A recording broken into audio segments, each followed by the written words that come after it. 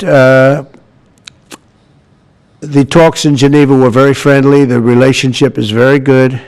We're not looking to hurt China. China was being hurt very badly. They were closing up factories. They were having a lot of unrest.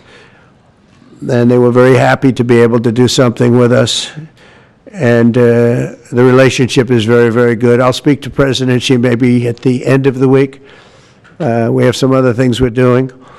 But one of the biggest things that we're doing, and I don't know if people realize this, but we made a great deal with China, great trade deal, but it was a much bigger deal originally, and then they canceled it right in the last day.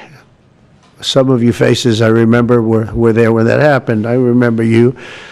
And we had a deal where they opened up their country to trade with the United States, and they took that away at the last moment, and then I canceled the whole thing, and then 6 months later we ended up doing a smaller deal, but it was a big deal. It was $50 billion worth of product that they were going to purchase from our farmers, et cetera.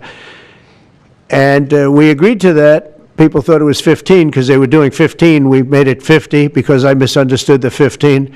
I said, you got to get 50. Because when I asked, if you remember the story, when I asked, what are we doing with them? My Secretary of Agriculture at the time, Sonny Perdue, said, sir, it's about 15 billion and we're asking for 15. And I thought he said 50. So I said, so they came back with the deal at 15, and I said, no way, I want 50, because you said 50. They said, sir, we didn't say that anyway. Bottom line, I said, go back and ask for 50, and they gave us 50. And they were honoring the deal, and we would call them up a lot for the corn and for the wheat and for everything. They were honoring the deal, and then when Biden got in, they no longer honored the deal. There was nobody to call. I would call on an average of once every 2 weeks to say, come on, you have to speed it up a little bit. And our farmers were doing great. I said to them, buy more land and bigger tractors, if you remember. That's what happened. But the deal was a very good deal. But the best part of the deal was that we opened up China. China agreed to open itself up to American business to go in. And it would have been a great thing, I think, for China. They would be able to see things that they haven't seen. They would be able to buy products that they had never been able to buy. Would have been great for American business. I think it would have brought unity between China, better unity between China and the United States. And the bottom line is that they canceled it the last day. We were all set to sign it, and then I went a little bit angry. I got a little angry. I said, they canceled the deal. The deal was done. It was all ready to be signed, and people went over, they came back to me, sir, they don't want to sign the opening up China. Well, the biggest thing that we're discussing is the opening up China, and they've agreed to do that, but it's going to take a while to paper it. You know, that's not the easiest thing to paper. But that's the single, I think, to me, some people would disagree. Some people would say we're getting a lot of money with tariffs or whatever, but, you know, especially when you add what we already have, because remember, we're already getting the 50% on steel and different things. That's not included in these numbers, so you can add that. But the biggest thing to me is the opening up. I think it would be fantastic for our businesses if we could go in and compete with China. It would be a lot of jobs for China. It would be, I think, at a time when they can frankly use the jobs. And that's what we're talking about. So that's a very, very important element to add. So when Scott, I watched him speak the other day, and I think he didn't want to say it, but I said, it's okay to say it. Look, if we don't get it, we don't get it. But if we don't get it, it won't be a positive thing. But if we do get it, I think it's maybe the most important thing to happen. Because if you think about it, we opened up our country to China. They have very few restrictions. And they didn't open their country to us. Never made sense to me. It's not fair. And they've agreed to open China, fully open China. And I think it's going to be fantastic for China. I think it's going to be fantastic for us. And I think it's going to be great for unification and peace. China will also suspend and remove all of its non-monetary barriers. They've agreed to do that. Well, they're very numerous. But again, to me, the biggest thing that came out of that meeting is they've agreed. Now we have to get it papered, but they've agreed to open up China. It's going to be great for everybody. Mr. President, Thank you for taking questions. Two quick ones for you, starting on trade. If a longer-term deal is not reached with China at the end of these 90 days, can the American people expect those tariffs to go back up to 145%? No, but they would go up substantially higher. Okay. And then on You know, at 145, you're really decoupling because nobody's going to buy. But they can go, they got very high because of additional tariffs I applied during the course because of fentanyl and other things. But no, but they'd go substantially higher. And then on Qatar, Mr. President, I think you will have a deal, however. Okay, you're confident that there will be a deal. On Qatar, has Qatar asked for anything in exchange for that $400 million luxury jumbo jet? And how can the American people be so sure that they will not in the future? Well, I think what happens with the plane is that, we're very disappointed that it's taking Boeing so long to build a new Air Force One. We have an Air Force One that's 40 years old. And if you take a look at that compared to the new plane of the equivalent, stature at the time, it's not even the same ballgame. You look at some of the Arab countries and the planes they have parked alongside of the United States of America plane, it's like from a different planet. And it's close to 40 years old, might be more than 40 years old now.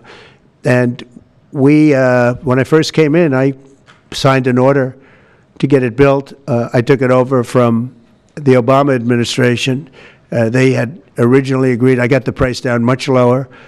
And then when the election didn't exactly work out the way that it should have, a lot of work was not done on the plane because a lot of people didn't know. They made change orders that were so stupid, so ridiculous. And it ended up being a total mess, a real mess. And when I came back, I said, by the way, what's going on with the Boeings that are coming in? Well, sir, they're way behind. And they are. They're way behind. They were way behind. Another mess that I inherited from Biden. And it's going to be a while before we get them. And I think Qatar, who has really, we've helped them a lot over the years in terms of security and safety. I think they, and very, very nicely, and I have a lot of respect for the leadership and for the leader, Qatar. And I think they knew about it because they buy Boeings. They buy a lot of Boeings. And they knew about it. And they said, we would like to do something. And if we can get a 747 as a contribution to our Defense Department to use during a couple of years while they're building the other ones, I think that was a very nice gesture. Now, I could be a stupid person and say, oh, no, we don't want a free plane. We give free things out. We'll take one, too. And it helps us out because, again, we're talking about we have 40-year-old aircraft. The money we spend, the maintenance we spend on those planes to keep them tippy-top is astronomical. You wouldn't even believe it. So I think it's a great gesture from Qatar. I appreciate it very much. I would never be one to turn down that kind of an offer. I mean, I could be a stupid person and say, no, we don't want a free, very expensive airplane. But I thought it was a great gesture. And I think it was a gesture because of the fact that we have helped and continue to, we will continue to, all of those countries, Saudi Arabia, UAE, Qatar, and others, we keep them safe. If it wasn't for us, they probably wouldn't exist right now. And I think this was just a gesture of good faith. And I don't get it. Someday it'll be like Ronald Reagan. They decommission them. They get to a certain age, they decommission them. It'll go to my library. They're talking about going to my library in years out. But I thought it was a great gesture. And it's something that was done by Ronald Reagan. They actually decommissioned the plane, and he put it in his library. And it actually has made the library, I think, a Boeing 707. It's actually made the library more successful. So it was good. Do you plan to use the plane after you leave office? No, I don't. No, it would go directly to the library after I leave office. I wouldn't. Mr. President, are you open to negotiating your tariffs on cars, steel, and aluminum with China or any other country? Well, we're not even talking about that.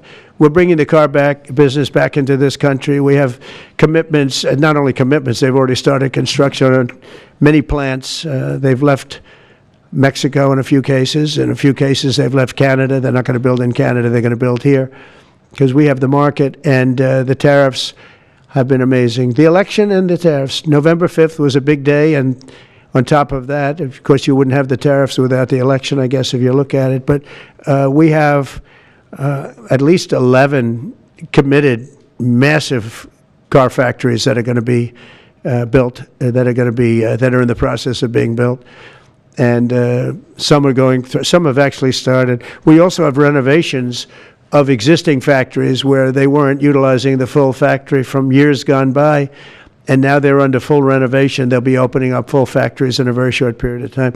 Our car industry is, I think we're going to have the #1 industry. You know, if you look at Japan and these others, they do tremendously with cars, and they can do that too. But you know, if they want to sell cars in the United States, they're going to have to build factories in the United States, because I'm interested in cars for the United States. Now, one other thing is, in our tax bill, we're giving not only no tax on tips, no tax on Social Security, no tax on overtime, but also we're going to get a deduction for people that borrow money to buy a car if it's made in America. If it's not, we have no interest. A meeting with between President Putin as well as President Zelensky. If President Putin doesn't show up to these talks in person in Turkey, will you join Europe in putting higher sanctions on Russia? If I felt it would be important toward getting the deal done, I'm the one that insisted on the meeting. They couldn't get a meeting because one said ceasefire, one said no ceasefire. It was going back and forth. I said, look, at this point, we got to stop it. Just go to the meeting. The meeting's been set.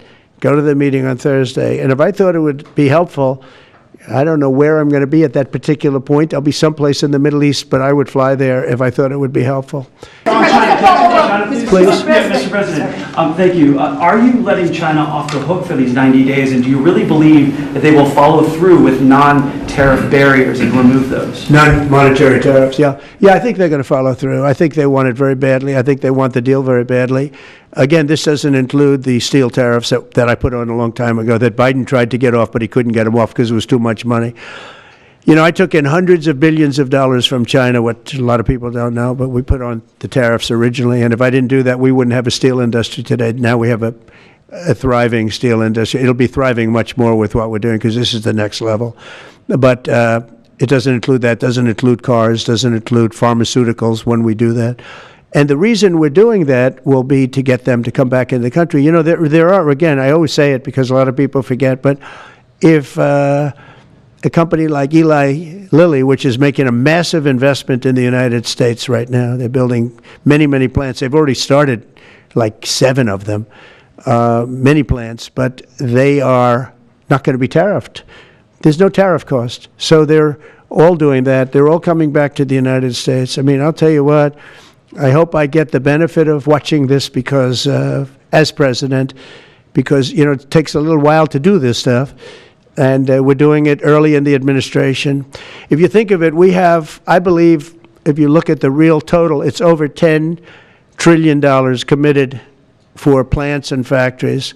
Other administrations haven't had $1 trillion over a 4-year period, even over an 8-year period. We have over $10 trillion committed in one form or the other over 2 months.